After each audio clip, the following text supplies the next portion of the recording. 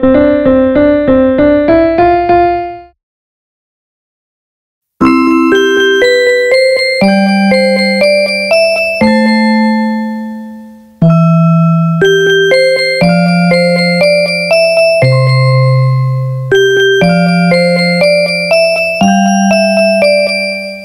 Internet. I'd like to tell you a little story.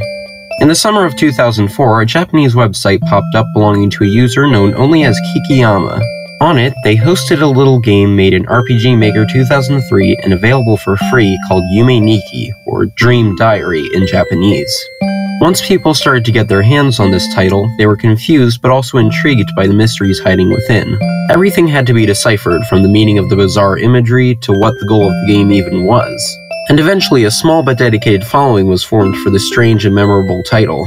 So after 20 years, I feel like it's a better time than ever to open up this game and see what's inside. At first glance, the gameplay is fairly simple.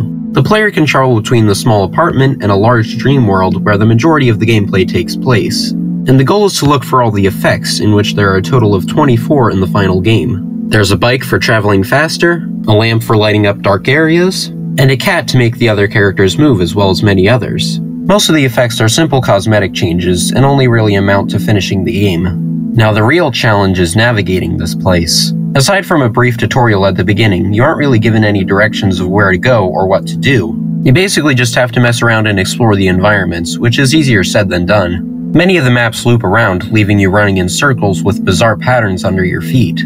This isn't helped by the game's only enemies, who upon contact will trap you in inescapable areas, forcing you to wake up and start over.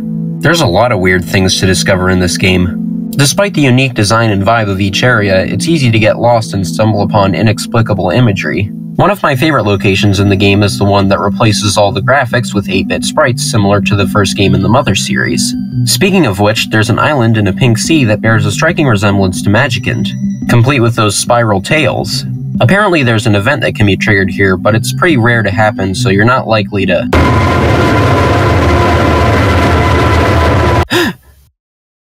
Okay, so there's some really strange stuff going on in this game. No matter where you go, it's almost inevitable that you'll come across some horrific being eventually. Some are scary enough to be an automatic wake-up, others are locked behind very uncommon RNG. Something terrible must have happened for the player character to have dreams like this. Alright, I've got to tell you something. You see this room? Yeah, this room, right here. It's not mine. I don't know why, or how, but I went to bed, and now I'm in this apartment. The only place that door over there takes me is Nightmare Land. There's only one way out of here. Maybe I could get down over this balcony, but there's nothing down there but clouds. Do you really think I'm just gonna...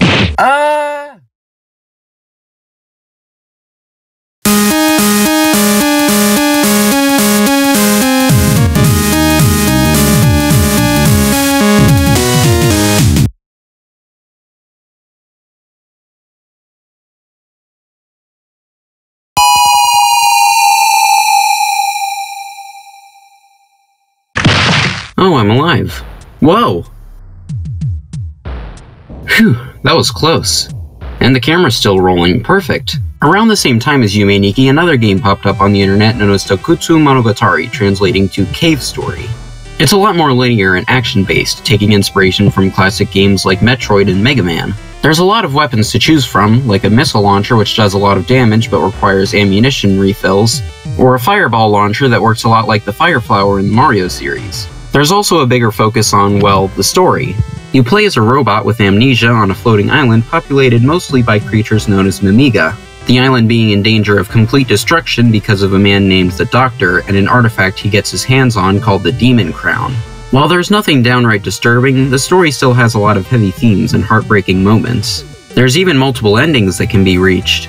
You can escape the island without fighting the Doctor, defeat him and destroy the crown, causing the island to sink in the process, or if you manage to rescue fellow robot Curly Brace, you can take down Balos, the creator of the Demon Crown and source of dark magic on the island. A lot of the steps are a bit unorthodox, and the Bloodstained Sanctuary is the hardest area of the game, but it's worth it to save what's left of this once sacred place. You. I don't know what you are or what you want with me, but I can't let you ruin this place further. I'm glad you accepted my challenge. Let the games begin.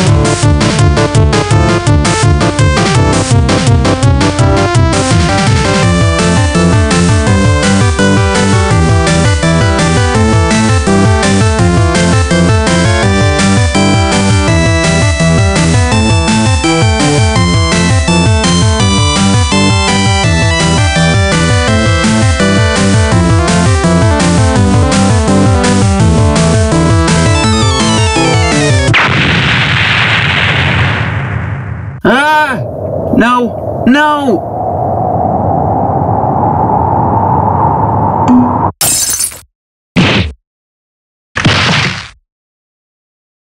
So yeah, Yume, Nikki, Cave Story, great games. I gotta go to the hospital.